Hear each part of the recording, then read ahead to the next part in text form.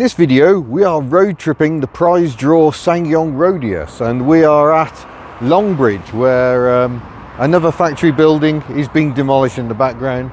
There's loads of MGs and stuff just sort of dumped outside. I don't know why, but it seemed a little bit fitting because SAIC, the company that now owns MG Motor UK Limited, briefly did own Ssangyong. It was a fairly short-lived partnership. Let's just have a quick look at what's lurking about. Really, they don't do a fat lot here at all anymore, but they do seem to like just dumping stuff about. Oh, there's the cat. We found a cat. I don't even know what that is, but very much dumped an EV of some sort. That's got RX-7 on it, but I think that's actually, is that the HS? It's just weird, all this stuff dumped outside. And I'm wondering if that MG GS is the one we drove many years ago. BV16 ZTN. Maybe it isn't. But yeah, it's always weird. You never know what's going to be dumped here. But look, that factory is being taken down in the background. The conference centre still exists, but for how much longer? I think they're finally giving up and admitting that, yeah, they don't really need this place. They don't really build cars here. They don't do anything here, really. But actually interesting, because I'm reading the book by Rich Duesberg on finding Red Robbo, Derek Robertson, who was a notorious union man here, one many people blame for the demise of the company, but read the book is all I'm going to say. It's probably a good idea. But yeah, this is the giveaway. We're doing £1. You could win this car, which will be well travelled. We'll be over 2,000 miles into it by the time we get back to Wales. But we can't stay. We're going to go to the Greg's, which is on this site, just for the principle of it. And then we're going to head to the Wythall Transport Museum, or Transport Museum Wythall. I think they've had a bit of a rebranding, much like West Midlands Travel did, to become Travel West Midlands. They've got a bit of a running day. Going to meet my nephews there. They won't be on camera. Well, you may hear them. But yeah, we're going to explore that. Then we've got a family do. And then tomorrow we're at the Haynes Motor Museum in Somerset. Busy weekend. We're now at the other side of the works, the Austin, as it used to be. This is the side where the railway station is. And now it's all just kind of what you expect. It's a shopping centre. Doubt it employs anywhere near the amount of people it used to. At its peak, the glory days of the Rover era, 25,000 people were employed here, as well as all the many companies supporting the factory roundabout. And yeah, it's a bit strange. I've not spent much time here since all the factory buildings were demolished. It's all quite peculiar. So MG Rover was the final bit of the puzzle. That collapsed in 2005, and that was the end of production here. MG Motor sort of became a thing when the Chinese took over, but they were never assembling cars here. They kind of fitted bumpers and stuff and not a lot else. So yeah, it's been a sad decline for Longbridge. But on to the Transport Museum Wythall. So we've just come into Hollywood technically, and this is where I went to school. This is my old school here. And it's fascinating to see, if I can get you a view, but some of the old buildings still remain. So this big old block up here, that would have been where I did mathematics and briefly, for a time, textiles with Mrs. Howlett. And this used to be where the staff parking was, up the back right in front of these buildings. Then you got C block, which is where I did chemistry and stuff like that. But yeah, it's quite interesting to see some of the buildings remain. And presumably go back even further, because my uncle Paul also studied here, and Nick Rhodes, the keyboard player with Duran Duran, he also studied here. We had the same music teacher, I think we both had Mr. Guard. And yeah, interesting to be back. There's a lot more fencing and a lot more stuff you can't see these days, it seems. But yeah, we're not far from the bus museum now. This is where I did DT. This was our DT block, where I discovered I was rubbish at engineering, and then I went to college to study engineering. Really strange. Yeah, I hadn't expected that so many of the original buildings would remain. Obviously school isn't in, so I can't film without getting all dodge, but there's our original. There'll be your reception area and everything. I did Spanish and French in that building over there. They haven't got an LDV minibus anymore. There you go, the Woodrush High School. That's still the original boiler room, albeit I bet the internals have been changed a bit. Wow. So technically we're not in Birmingham at the moment. When I was studying here, this actually came under Hereford and Worcester, but I think that has since split. And I think it officially counts as Worcestershire. So yeah, interesting. But the boys in the Rodius, we need to go and look at buses. So next stop, Transport Museum Wythall, which is just over there. And here comes bus number 1. This is our shuttle to get us to the museum. Leyland National 2, Dock 26V. So National 2 has a front mounted radiator and a bit of a buggier style. Puts it into gear, shudders even more, and we're away. Oh, did you?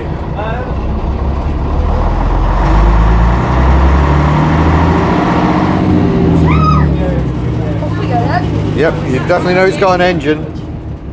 Yeah, they're probably sick. Lots of learner drivers along here today. Very unfortunate.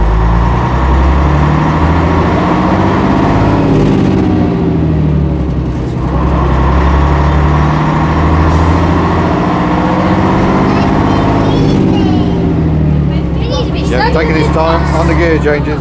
Lovely. And then that's it, we're there. It's only a short ride. So we've reached the museum. They've got a display, some cars coming. We've got a lot of TVRs, all wedges, which is quite impressive. And we've got a fine display of metro buses as well. So SDA here recently changed hands. It was owned by a chap called Lee, who does a lot of the period adverts. This is actually a prototype bus. So one of 5 West Midlands Travel took on the early MCW metro buses, and they had 5 of them before they became a production version. So you can spot the prototype by the different indicators is the main giveaway compared to the production Mark 1 metro bus here, still with the asymmetric split screen. I love these buses. I thought they were so cool. And they were facelifted into the metro bus Mark 2, and this F-Rage one is a Mark 3, the final evolution, with orange on the grab handles. And I'm not sure they changed a lot else. They're all powered by Gardner 6LXB engines with a Voith 3-speed transmission, 4-speed on the time savers, which were like a coach version. But yeah, memories a go-go. But they have a great many buses here, including this AEC Regent. I'm sure that's very hard work to drive. Beautiful. And look at the wiper. The wiper is actually a long blade on a chain, so it covers that whole upper window. In fact, it rotates and flips around by the look of it. I'd never noticed that detail before. So depressingly, I kind of remember these Daimler Fleet lines, the early ones, still being in service when I was a child in the 1980s. So there we go, Birmingham City Transport as it was then, Daimler Fleet line, 10.45 litre Gardner engine, and the semi-automatic transmission with your little gear lever there. Very similar to the Atlantean really, but the Fleet line always had a drop centre rear axle, so it could have full height floors for both floors. But yeah, I remember the colours very, very well. I don't remember the older stuff like the Guy Arabs. That was definitely before my time, much more my mother's time. Look at that. Feathers in our cap. Different times. And they've got some buses that aren't necessarily West Midlands based as well. So there's a real mix of stuff here. A trolley bus up in the corner, and lots of Midland Red as well. They built their own buses and sort of developed them themselves until it just became uneconomic to do so. I'm just admiring the inside of, I think it's a Duple Vega on a Bedford chassis. So poor driver's got the engine right next to them. And I love you can actually get on and explore the exhibits. Look at those wipers. So cool. It's lovely in here. All the old suitcases. So there you go. That's your dual-bodied Bedford. Sandwell Tours. I used to live in Sandwell. It's a metropolitan borough, quite near Birmingham. But yeah, you can go on this one, you can go on this one as well. Look how close Brilliant. the wind mirrors are to the glass. Yeah, very close. Right then, So this is a Longbridge double-decker we're on at the moment. So it's got a side gangway lowered down, and then just the bench seats going across. So this is what you did before the drop center axles were a thing. And I think I can actually show you what a drop center axle is. So let's go and have a look. But yeah, very, very lovely in here. This is red and white. It's another guy Arab from Cardiff apparently. So yeah, that's your Longbridge, but then they developed these drop center axles. So Daimler was the pioneer of these, and it meant rather than having a hump that the body had to clear, you could now have a much lower body line going on. So very clever engineering. Look at those enormous brakes. Lovely Series 1 Land Rover long wheelbase. Very, very nice, with Bedford in the background. And you can ring the bell. So there's another of the 5 prototypes. I think this was the last one, WDA835T, could be wrong. But another of the Metrobus prototypes. But this one's interesting. This is a Daimler fleet line. It was converted for single deck operations. I believe there was possibly an accident, but I think they actually did develop these because the driver only needed a minibus driver license to drive them because of the reduced seating capacity. But of course you still got the running costs of a full-size vehicle, so it still didn't make very much sense at all. Oh my gosh, the old Centro cards, I remember those. And we've got milk floats here as well. Huge collection of milk floats. This one's still got its Birmingham number plate, AOX. Electricar. So yeah, these used to deliver our milk for the younger viewers who may not realise. And I would ride them up and down the road. When I was a child, we'd just jump in with the milkman and go for a ride up and down the road. Crazy times. I don't think they've actually got any of the ones I used to ride on, unfortunately. Not that I can find. But yeah, fabulous collection. Of course they'll be silent because they're electric, but the bottles would all be rattling around on the back. A Crossley. Wow. Leyland Tiger Cub. It's a bit hard to film in here, they really are packed in. And then we got the later Daimler fleet lines. Around the time they started becoming Leyland badge. These are both P-Reg. So about 1975, I think. Got some lovely period details. And different bodywork on this one. SDA. No, 757S, that's right towards the end of production. Yeah, they were usually part Royal or MCW bodywork, I think, but that would suggest something else. Oh, I see a burger van.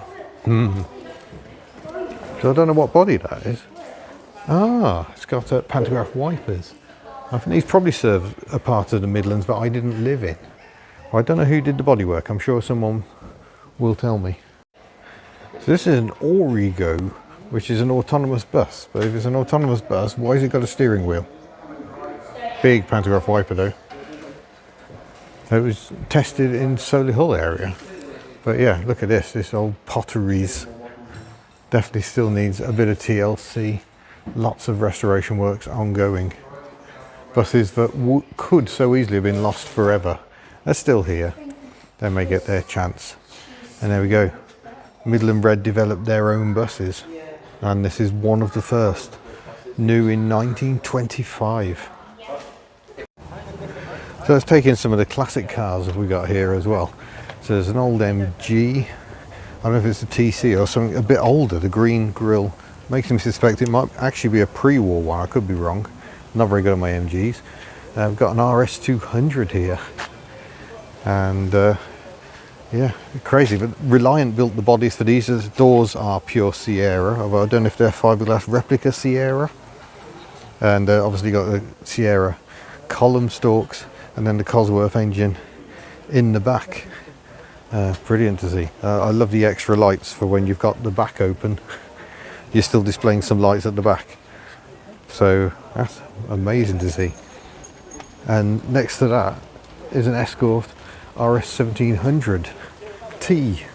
which again has the Cosworth engine, is rear wheel drive, completely recalibrated. But yeah, taking the wedges, all sorts of wedges represented here. Fairly late one where they went slightly curvaceous on the front end, and a much earlier one over here. This might even be a Tasman, which was the coupe version, short-lived.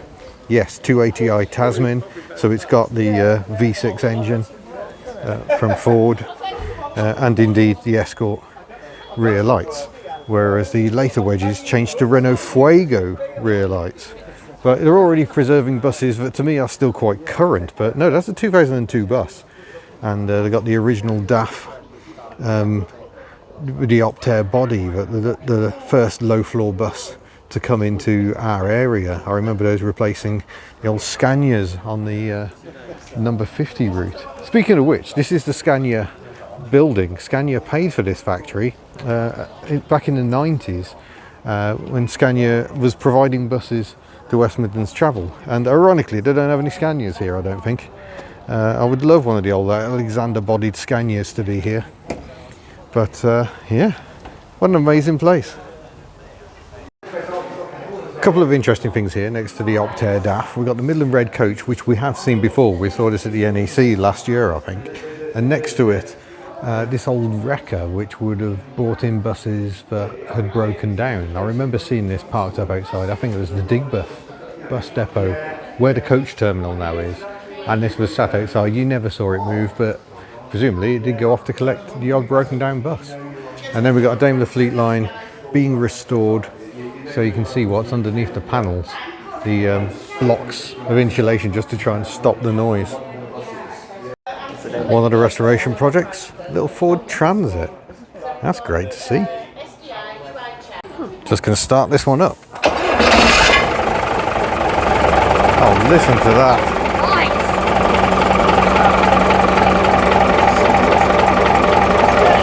Sound of my childhood right there.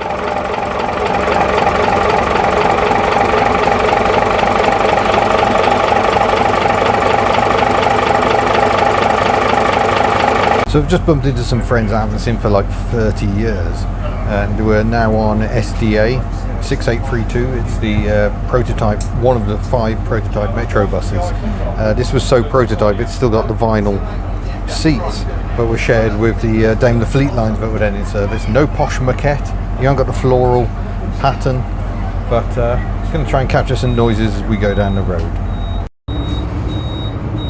Loudest indicator beep ever, I think.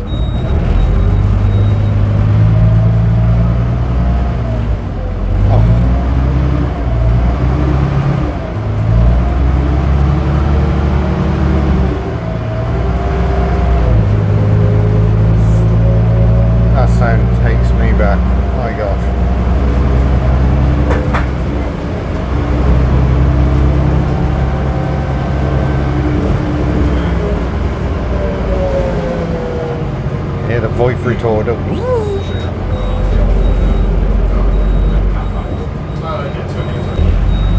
There's actually a tour, there's several buses all going at once, so we're being followed by several metro buses as we go down the road. 3-speed transmissions, there we are into second.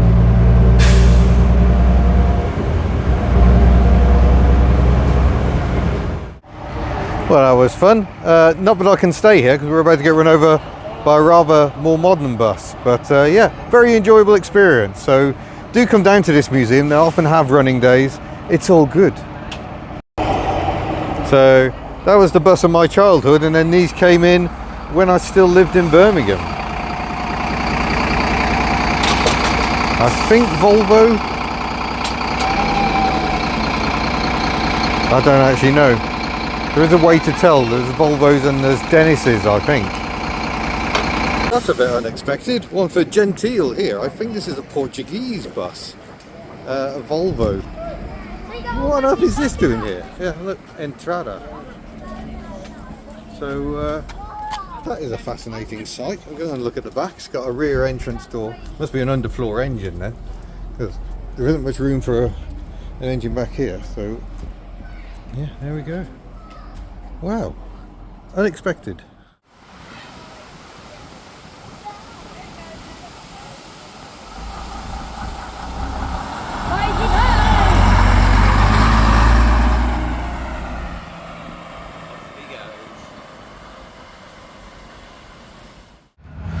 So welcome to Sunday, and we are here at the Haynes Motor Museum. Sneaky peek, it kind of looks like that, but we're going to go and officially go in, and then we're going to set our stand up in a bit. We're here very, very early doors, so the John Haynes Classic Motor Show, as they're calling it, is just getting set up. So XK140 coming in, very nice.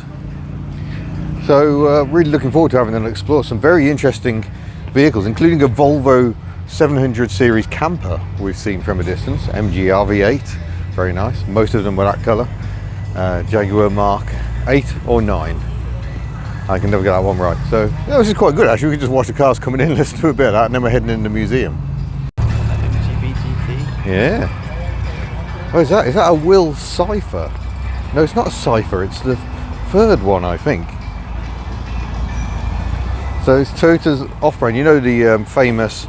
There's a VS, the really odd saloon.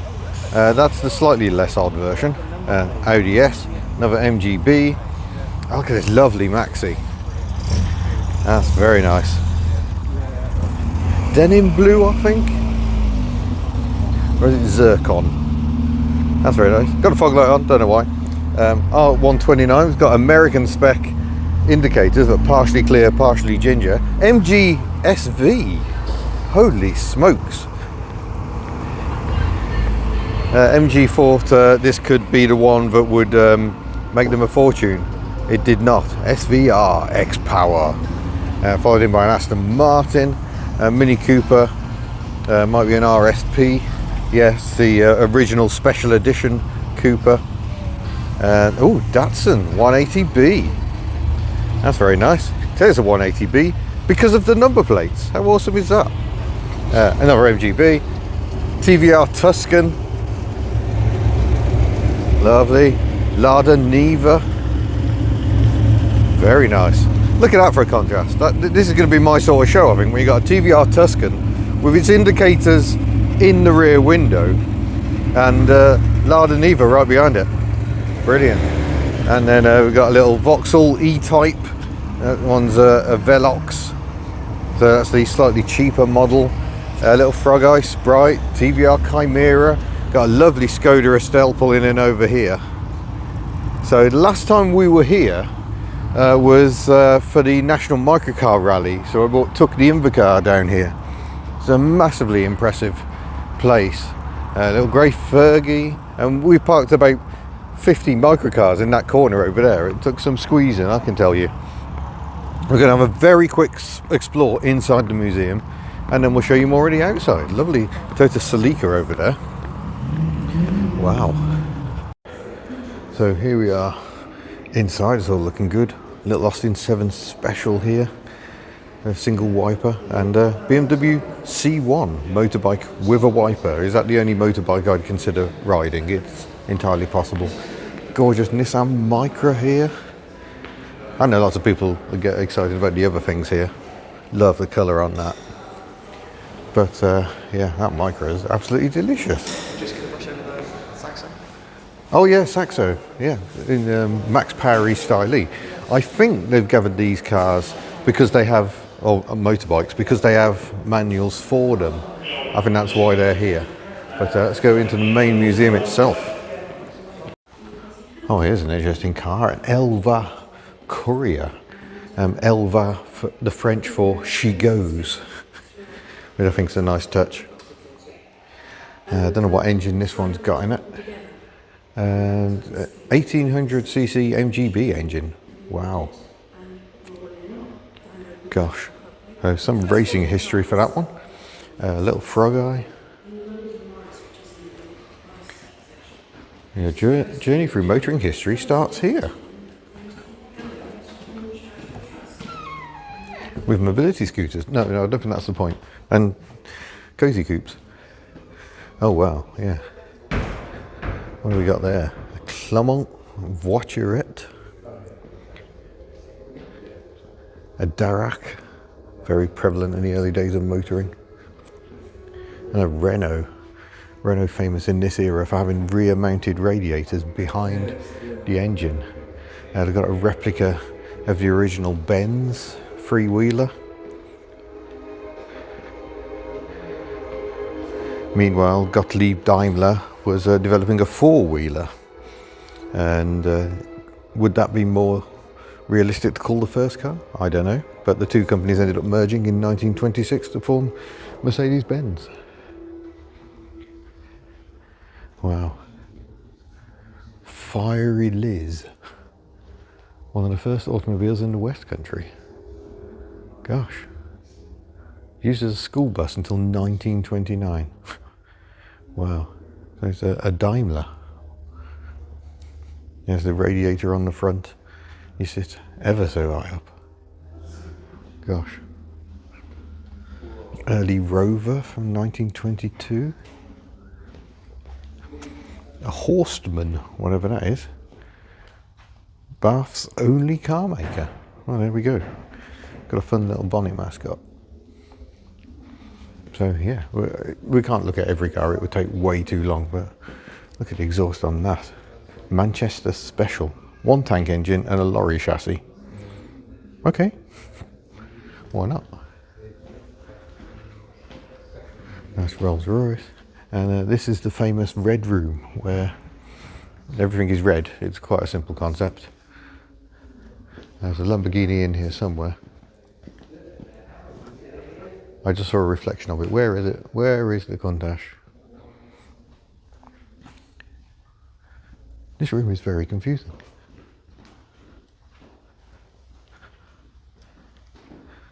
Yeah, that's an 240Z Samurai, modified. Dodge Viper over there. Gordon Keeble with its Chevrolet V8 engine. Oh, it's right in front of me. Sometimes you miss the wood for the trees, don't you? Obviously, we must have a look at the Lamborghini because it gives us a very interesting windscreen wiper. So it's actually two blades. There's a little blade there attached to the arm, and then there's a pantograph main wiper. Need to film one of those in action. A little Ginetta G15 based on Hillman Imp, running gear, a Marcos, Frank Costin and Jem Marsh coming together to make those. AC428 based on Cobra Mechanicals with a body designed by Frua, I think, or is that a Maserati? Also designed by Frua. I'm going to have to go in for a closer look. Doesn't actually seem to have an information board. But it is the AC428.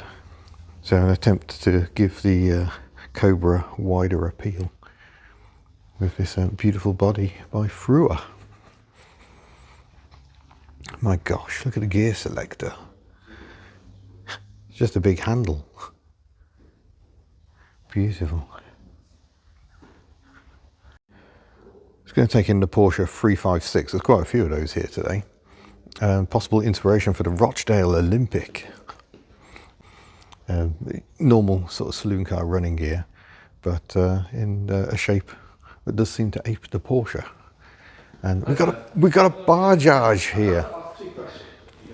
The auto rickshaw. I get told off for calling it a tuk-tuk. In India, it's just called an auto rickshaw. There we go. Yeah.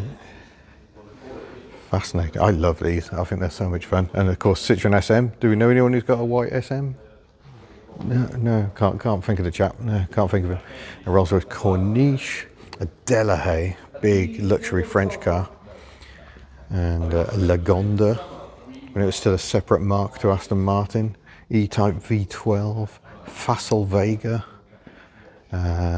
Is this oh, it's an HK 500. It's got a big American V8, as has the Chrysler CV8 next to it. Rolls-Royce 2025, Bentley 4.5 litre, drop head by Vanden Pla, and I will say Pla, even though it upsets people. Beautiful Alvis, and a Bristol 403. The grille kind of hints at the fact that the engine came from BMW, really. 2 litre 6-cylinder. Here we are in more humble land, Ford Popular, the old side valve engine from 1959, by which time the Anglia had been upgraded to the 105E. Well, that skips this generation, so there's 3 generations of Fords. So when this shape came out, that model was sold as the Popular, which was the preceding model, and when this one came out, these became Populars, and you could still buy one of these with the old side valve engine. Console, Vitesse next to a standard Vanguard, Vignale, and a little standard 8, I think, down there. Brown, Stag, next to a Triumph 2000, Ford Capri, Vauxhall Cresta, do love a Cresta, next to a little Riley Elf. And oh my days, I think I'm going to like this haul. No entry? What? Why can't we go in? We've got a Trabant, we've got a De Tomaso Pantera, two of which we saw last weekend on the way home from Rustival, Fiat 600, and a Tatra T613. It's sort of rear mid-mounted air-cooled V8, because why not? Madness. Maybe we can get round to there later on. Let's have a look at Vauxhall Victor next to a Mini, Hillman Minx, Sunbeam Talbot, the old sporting saloons, little Austin A35, A40 Somerset, the Austin Nash Metropolitan was meant to crack America and didn't quite. Humber Scepter next to a Hawk, I think, and Sunbeam Rapier Fastback. Tested one of those short time ago. Oh, disgustingly awful colour on this Allegro. I don't think the lights really do it justice. Wolseley 680, very popular with the police. And various things. We're having to sort of sprint around a bit because we haven't got very much time. Morris Cowley Continental, bullnose. M-type midgets. The original Morris Minor. And Morris Oxford. This is the very first classic car John Haynes bought. Wow. So Oxford 6, remember, it didn't have enough power to get uphill. I've actually driven one of these. It was called an Empire 6 Saloon. Had a freewheel and no brakes at all, and made nice noises, but didn't really move ever so much. Lovely. There's a little tinkering area. Oh, turning the Exotica up a little in the land of Ferraris.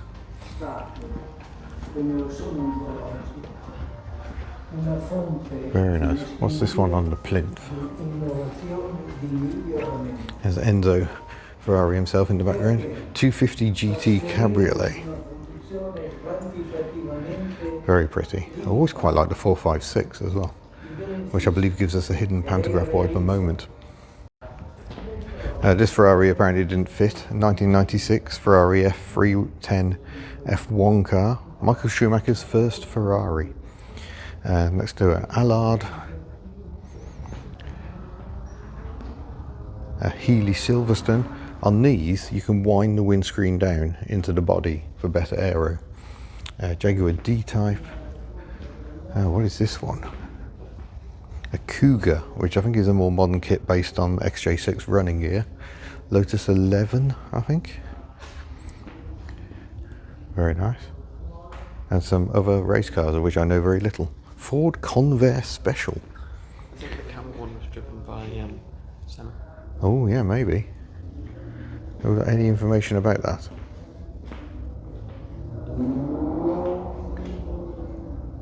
Yeah, no information. Cosworth showing off the Cosworth engine, and the Cosworth not showing off the Cosworth engine. Ford Fairlane Skyliner. Peugeot were doing this in the 1930s, but America decided to have a go in the 50s with this enormous powered folding roof. Very, very impressive. So yeah, this is the Americana. Oh, I think last time we were here we were looking at the enormous wagons, including the Pontiac Bonneville ambulance on the end. That is awesome. But we're going to have to run around a bit because we still got to go and get set up. Oh, the old Dodge Charger 69s. Wow. DeLorean, obviously. Split rear window. Corvette. Stingray. World War II Jeep. Yeah, fine collection of American and not so American American engine. Oh, Stanley Steamer. So that's a steam-powered car from 1921. And I think the chap was telling us this is the most valuable car in the collection. So John Haynes paid £500,000 for this enormous Duesenberg, and they reckon it's now worth 10 million. So there's a separate windscreen for the people in the back. Very nice. That is huge. I think he's had an enormous straight 8 engine, if I remember rightly, but I'm kind of more interested in the cord next to it. Cord, Erat Lobar cord. Big fan of front wheel drive, so this is a front wheel drive car. Some people say this resembles a coffin a bit too much, but yeah, fascinating vehicle. And then other Americana Buick 8 in front of us abounds. Right, we need to go through the Williams part, so we're going to do that.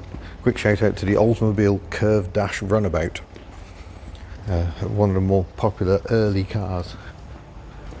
So we've got motorbikes upstairs. We haven't got time to look at motorbikes, you just have to come and enjoy the motorbikes.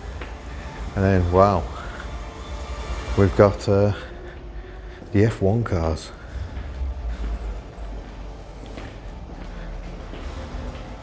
So Red 5, that would be Nigel Mansell. Montoya. Alright, more cars arriving. Need to get out, that looks like a lime flower Morris Minor Traveller out there.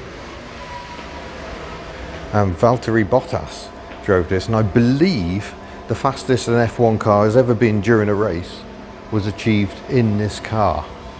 Yeah, there he goes on the side. 231.4 mile an hour in the Mexico Grand Prix. So no F1 car has been faster during a race. But look at the steering wheel. Can lean you in, have a look. Yes, a lot of buttons, a lot of multitasking involved in that old F1. I have no idea where we go next. Me. So this is the British Icons area, where we've got some very significant cars. A few more significant perhaps than the Mini.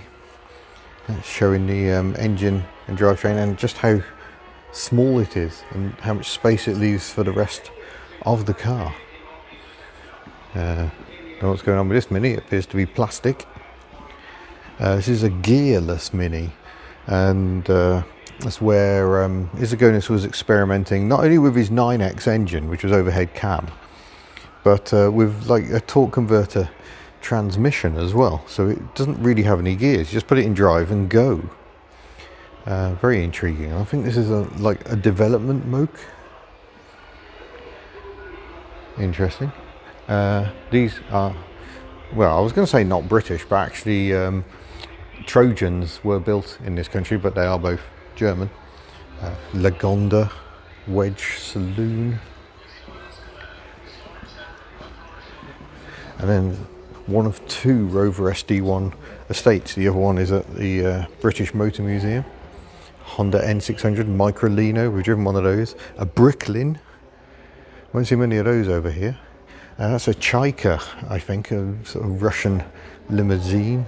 Citroen's variously, Traction Avant, DS and 2CV. Andre Lefebvre involved with all of those. Here is that Fiat 600 we could see from a distance. 4-cylinder rear mounted engine. The Trabant, Sinclair C5. An interesting mix of vehicles in here. Hindustan Ambassador, we had one of those at Rustival last weekend. Renault 4CV, we had one of them as well. Don't think we had any smarts other than the Roadsters. Triumph TR8 with a roll bar. Is that a factory one? Yeah, I don't know if that's a factory one or not. There were very few factory right-hand drives ever built. Hillman Imp Californian, the coupe version. Fiesta XR2. Mercedes-Benz 190 SL. Electric classic cars have just converted one of those to electric. Everyone is very upset about this, but it's just a 4-cylinder engine, nothing special, folks. Have your photo taken in a Cadillac. 1905 Daimler. Oh, not allowed in that bit either. There's obviously a prescribed route we are missing, but we need to rush around and get outside and see what's actually arriving at the show, I think. Oh, we're done. We're back to the exit, so let's go and see what's arriving once we've survived the gift shop. It's got a bit dramatic, folks. Six-wheel Land Rover, why not? They're usually based on the 110, but that was like a 90 six-wheeler. Aston Martin DB24 in front of it, or possibly a DB Mark III. Note the hatchback. Lovely old Rolls Royce Saab 900. That's amazing, Sky. Lovely colour on this 205. Like that very much. Saab 9000 behind it. Jaguar XK, followed by a Land Rover Series 3. Oh, just enjoying the pantograph wiper action there. Look at that. You got to make the most of the weather, folks. I know this one here, this oh, the classic Capri. Yeah, and that's very striking colour. That's got a V6 in. Oh, okay, V6 power. Wow. Yeah, I've seen that several. I think I've seen that at the show this year. Yeah. It wasn't called in. I'm guessing that one's a V8. Gosh, we're slightly trapped here at the moment, folks. But it's good for some wiper action, if nothing else.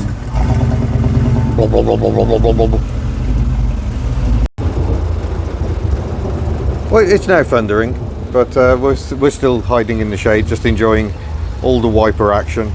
The Land Rover refusing to give us any. Two separate individually controlled wipers in there.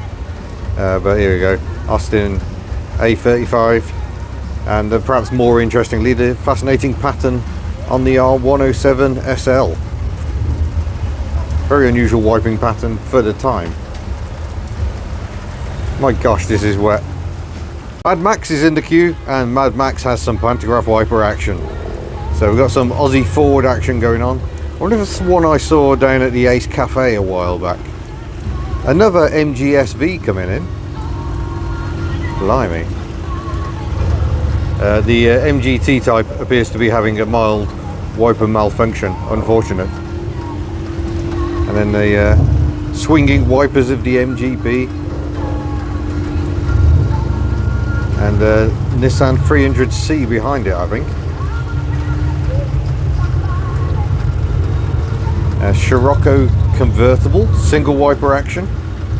Another MGSV. Oh, it's Mad Max burbling past us there. Oh my gosh, I'm still getting wet undercover.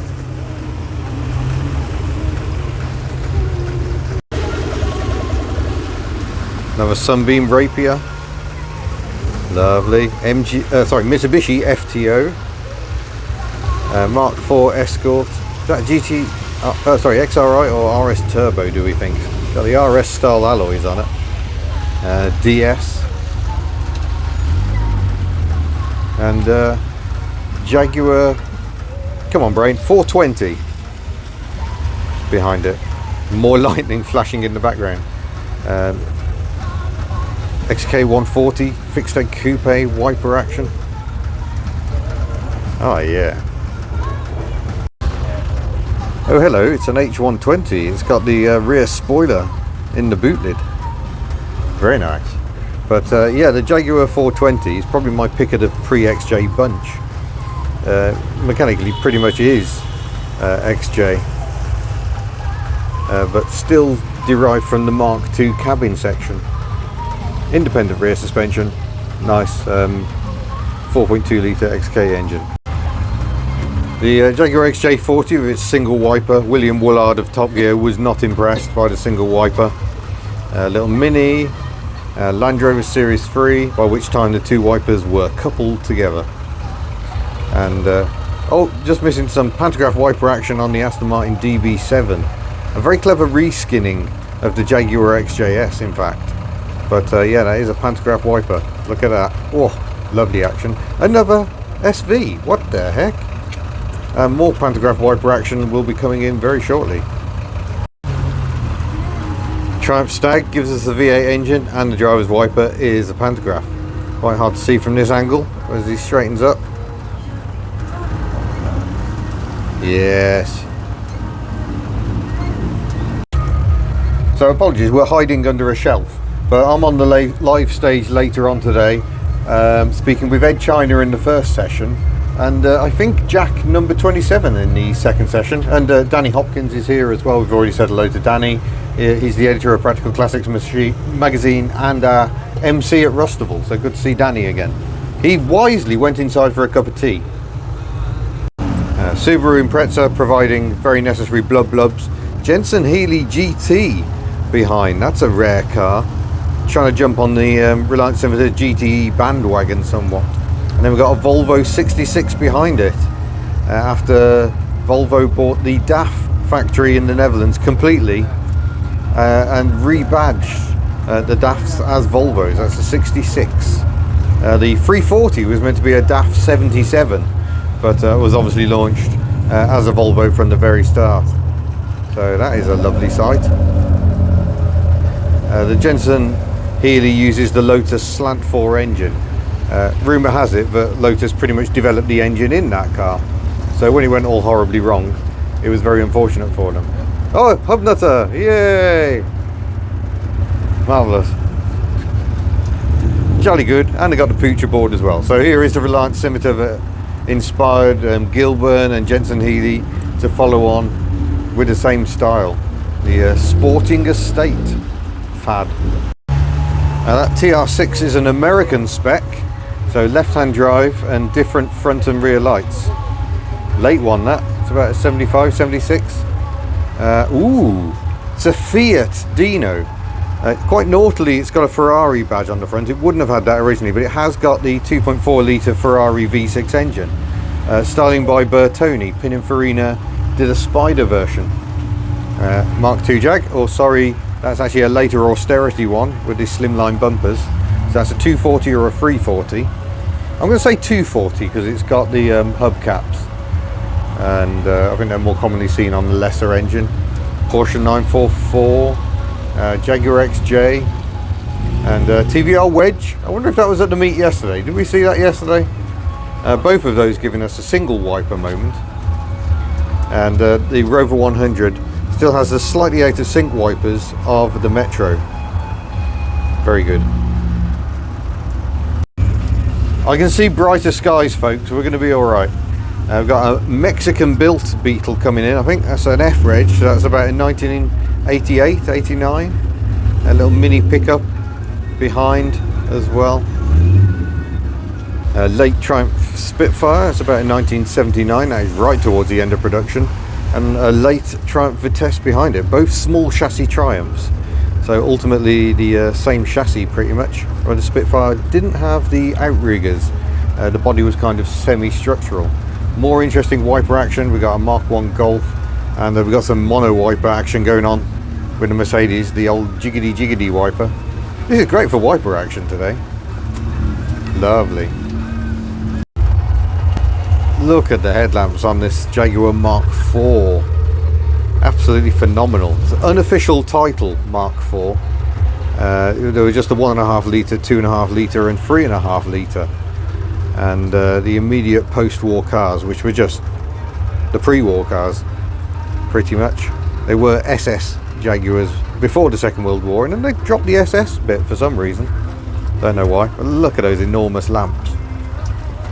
And then behind that we've got Porsche Boxster, and then a Fiat 130 Coupe. He will not be enjoying the weather. 1, 2, 2. And he's got a headlamp out. Check. 1. Of a 1920s, I think, Rolls Royce. A little Spitfire behind it. Another look at the Fiat 130 Coupe. Pininfarina kind of dusted the back end off of the Rolls Royce Camargue. Very similar. I prefer the saloon. And in the queue, lovely swinging wipers of the Porsche 911. Give a good wiping performance.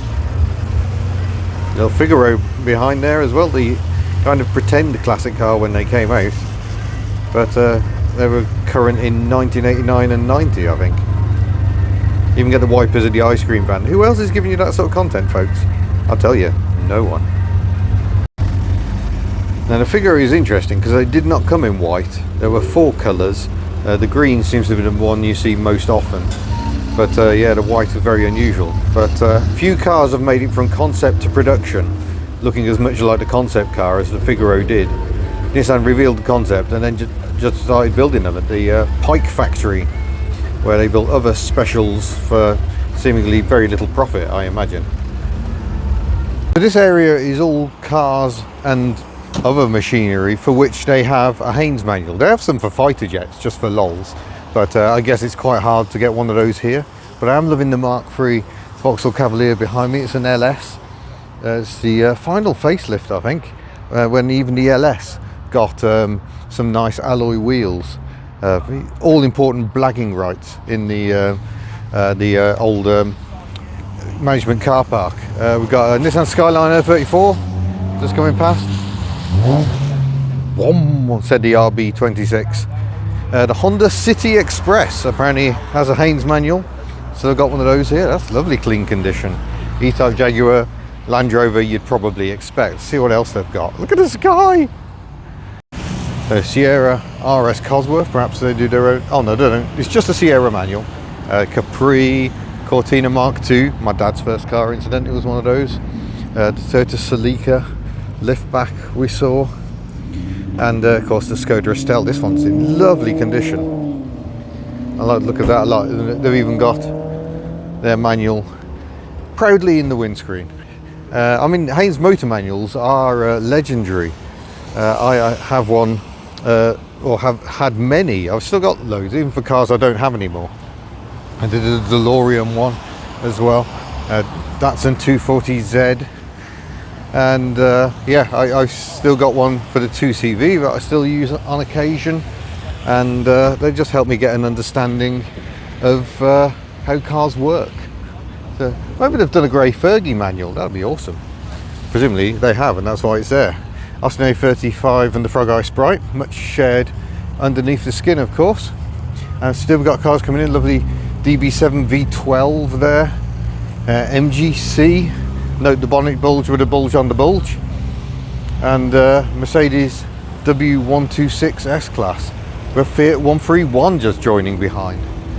This is great. I'm not going to bother walking around the show today, I don't think. I'm just going to watch all the cars come in. It's raining a lot. People are running for cover. This is like disaster. This is the problem with doing UK events. We were worried Rustival was going to be like this. We can't get set up to sell the merch. The summer won't connect. Can't find any internet.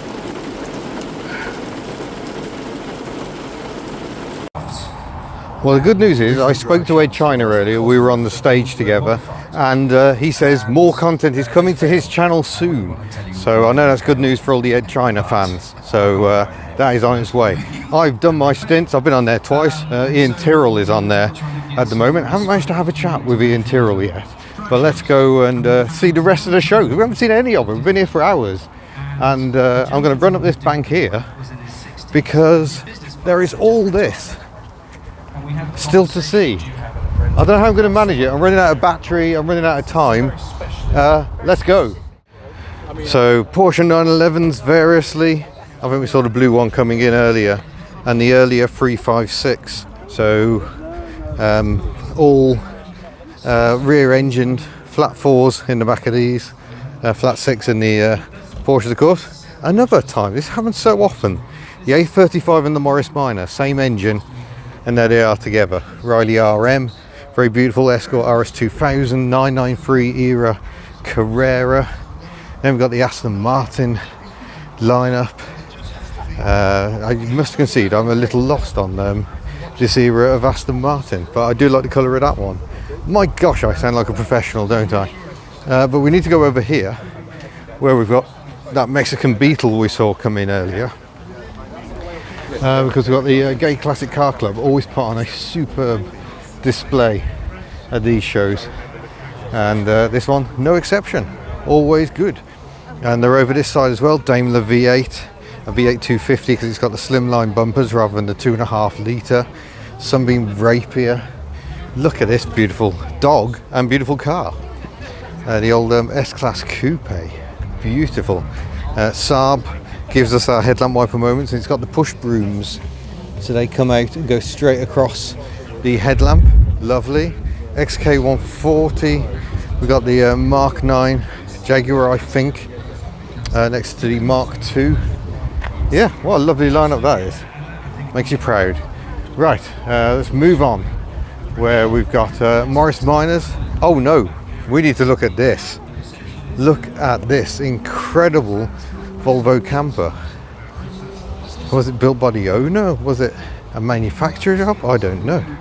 But it is amazing. Look at that. Double bed up above the cab. Little sink. Yeah, Miss Hubnut will like that. That is absolutely delicious. And we got Volvo 740. Oh, it's Nordic Rides. We had Nordic Rides at Rustival just last weekend. So these are different Nordic Rides. But they also had a P1800. It's a 960 there. Good stuff. And more Nordic Rides over here. Goodness. Very, very cool looking Amazon. Look at that. Oh my days. Hello. Very, very nice. That's a beautiful car. Very noisy fan running in the 145 there. Got scimitars and sabres. The Sabre was the last of this design. It was originally a Michelotti design. Giovanni Michelotti, his final design, he'd never quite finished it, with the pop-up headlamps on the scimitar. And yeah, the MG SVs. Oh, these seem to be SVRs. They only made 82 SVs in total. So to have this number here is quite astonishing, I think. Lots of stuff here. There goes the V6, apparently powered Ford Consul Classic. Oh, they can escape out the back. Oh, people are leaving. Bad times. I need to go and speak to someone from the Gay Classic Car Club, and then we'll continue looking around. Look at that Gilburn Invader. So next to Porsche 914 mid-engine, the Volkswagen Porsche, as it was meant to be until, well, Volkswagen thought they were going to make sports cars, and then Porsche did 914, and they were like, well, that's all right. And then did 924, and they went, no, we're out. That was the end of that. Just noticed that's been converted to two-door as well. Amazing. So I've just managed to squeeze myself into this gorgeous little standard 9 Deluxe. Which has a sunshine roof and twin wipers. Very, very posh, but a little cozy for me. But what a beauty. Hopefully we can see that on the channel again one day. Oh, this is what we like. Look at this enormous Plymouth. I think it's a Belvedere. Next to a little A35. And next to a Rolls Royce from the 1920s. Just lovely. People are starting to leave, so I am running out of time. So where should we go next, folks? Sunbeam Alpine, very, very nice, lovely. Porsche 993 again, interesting wipers. Didn't see one of those come in. I'm not going to ask. What's replaced the Flying Lady there? Spirit of Ecstasy. Aston Martin DB6 Vantage Mark 1, I think, judging by the writing in the windscreen. Superleggera. Basically means horrible to restore, I think. Mark II Cortina, BMW Setter, next to this enormous Ford Mustang of the 70s era, 351 Ram Air. It's actually dwarfing this Aston Martin V8, and they are a big car. Loving the MGB with a hard top with panels in it. Is that the best way to enjoy the British weather? Maybe. Mark III Fiesta, that's lovely. Early 80s Jaguar XJS V12, pre-HE, I think. And we got the what is it, Fast and Minty, is it? I've forgotten, but that has developed a lot over the years, that little Honda Active. We'll go and have a closer look. AC Cobra, maybe a genuine one. Saab 9.5, the Lada Niva we saw earlier, 2-stroke Saab, yes, Bullnose Morris, and a Ford Zodiac Mark IV Estate. Very nice. I think it was Farnham. Was it Farnham, or was that where the company was based? Did the conversions on those. Let's go rushing around. We've got a couple of rows still to see. So yeah, that's Danny's AMC at Rustival. So that was at Rustival last weekend. Maybe that's a different Acti, but it is absolutely good. Oh my god, look at the steering wheel. Look at that. That is so cute. Amazing. Seat B for GTI. Good. Nice to see stuff like that here. We saw this Polo when we were at McDonald's earlier. Lovely wheels. Very nice. The old Ram van. Toyota Starlet next to this Figaro from earlier. couple of Porsches. You see, got traders and music up here as well. Land Rover ambulance, very low XJ40, GTV Alfa Romeo in the best colour, Aston Martin DB7 V12 next to a Daimler V8, Fiat Cinquecento, Ford Fiesta, and a later XJS from about 1992. Got a gumdrop here, an Austin Heavy 12 by the look of it, and a Ford Anglia. Nice. Loving this Land Rover station wagon as well. How clean is that? Land Rover military ambulance, Bentley Turbo R, Rover P4, Mercedes Vito camper. That's lovely, and it's a Survivor as well on an S plate. We actually saw one yesterday, weirdly. It's a Jaguar XK140. We saw some of these cars coming in earlier. A Lotus Elan M100 next to Lotus Elise, and the MGF, which has the same engine as the Elise. Oh, lovely early BMW 5 Series. Yeah, I think a lot of cars have already left, unfortunately. Porsche 924S, so that uses Porsche's own engine. Triumph TR6, McLarens variously. Pantograph wiper moment there for sure. And TVR Tamora. Nice. And look at this beautiful Series 1 Land Rover. So yeah, unfortunately, I think the weather has driven, I'd like to hear that running, quite a lot of people away, but we can at least end on a most fascinating wiper moment. It's an Abarth, and look at the wiper linkage. So the wipers stay vertical so they don't lift, because early wipers tend to lift if they're flat, lift off the screen. So if you do that, they don't suffer the lift, and you kind of, it's a pantograph action effectively. I'd love to see them in life. And then the Abarth has the tuned engine in the back as well. That is very nice. Oh gosh, there's a blast from the past. Wow, what an interesting show. So thank you very much for watching this slightly chaotic weekend video where we've ended up at the Haynes Motor Museum here in Sparkford in Somerset. Here comes the Buick very noisily. Oh. So yeah, thank you for watching, and we shall see you in a future video. Farewell. One more car to feature. This is an MGWA. It looks so big it could almost be a Bentley or a Rolls Royce. It is fascinating. Let's take a closer look. So as you come around, you see the engine with the twin carburetors. I think it's a big 6. It's a pre-war model. I don't really know a fast lot about it. Look at the details, the little door pull, the window winder, the beautiful dashboard, the obligatory clothes peg to keep the choke out. But look at the dials in the MG badge shape. And the smell in here, oh, I wish I could describe it to you better. It just smells absolutely beautiful. Lovely irons on the hood. What an absolutely stunning car. Lamborghini Miura Ssangyong Rodius.